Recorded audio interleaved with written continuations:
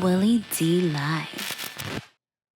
Most people are now finally recognizing Crawford as one of the best. Where do you put him? I got to put him number one right now. You know what I'm saying? From his accomplishment, 3-time undisputed champion, and who he took the crown from last night.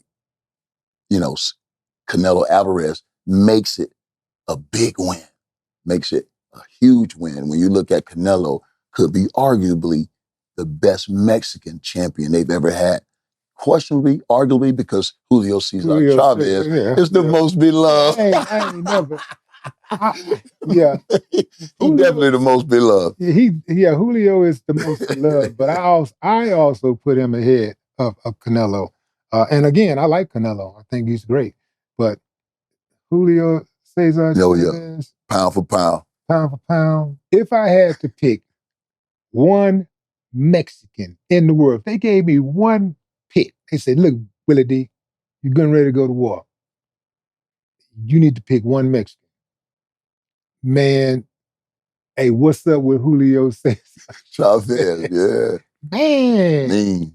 Mean, bad, mean. Machine. Killer. Love it, man. And having said that, though, you know, Sweet Pea whooped him. Oh, yeah. Sweet Pea absolutely won that fight. Yes, sir. Yes, sir. Yeah, and I think he knew. He knew. R.I.P. to Sweet Pea. Yeah. You know, did you have a relationship with Sweet Pea? Not a personal relationship, but he was definitely one of my favorite fighters back in the day, being Southpaw, representing the Olympics, winning the gold.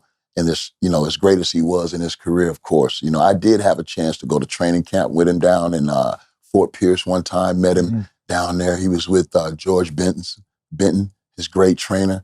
And I met Lou Duva down there for the first time, had a really memorable time. And I saw him spar Ed Hobson, a guy from St. Louis. And that was a great sparring session. And, you know, I realized then, you know, how to really be poised and sharp. You know, Sweet Pea was sharp. You know, he didn't win many sparring sessions. And I mean, like, he really didn't work on a lot of offense. He always pretty much worked on his defense when you saw him in that work. You know what I mean? You know he was a consummate pro. And it just came easy to him. He was one of those type of fighters. What fighters out there, or is there a fighter out there that you're really good friends with? And the reason why I asked that is because I was talking to this girl the other day, and I was telling her about the fight, you know, about the Canelo Alvarez, Terrence Crawford fight. And she said, how do they fight each other? How do you don't you have to be angry to fight somebody? Say, no, you can put up the right amount of money, or if you know what I'm saying? And you can fight. But is there a fighter out there that I know that a lot of fighters have relationships and some are closer than others, but what fighter out there are you closest to? Oh man, my brother, bro, Winky Wright, bro. That's my man. Yeah.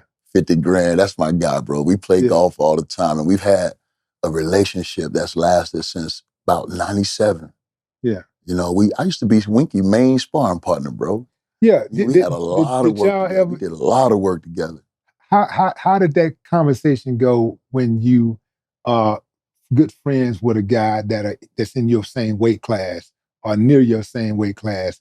Do y'all ever, did y'all ever have a conversation about maybe one day y'all will meet in the ring? No. Every time it was, man, he was getting ready for fights, and I was really the only guy that can truly stand in there and he don't knock him out or he don't hurt him or destroy him, or someone that can give him some work back, you know? And that was when I was an amateur. You know, I used to come all the way down to St. Pete and work with Winky, you know, truth be told. And I learned a lot from Champ, bro. You know what I'm saying? Just those sparring sessions, you know what I mean?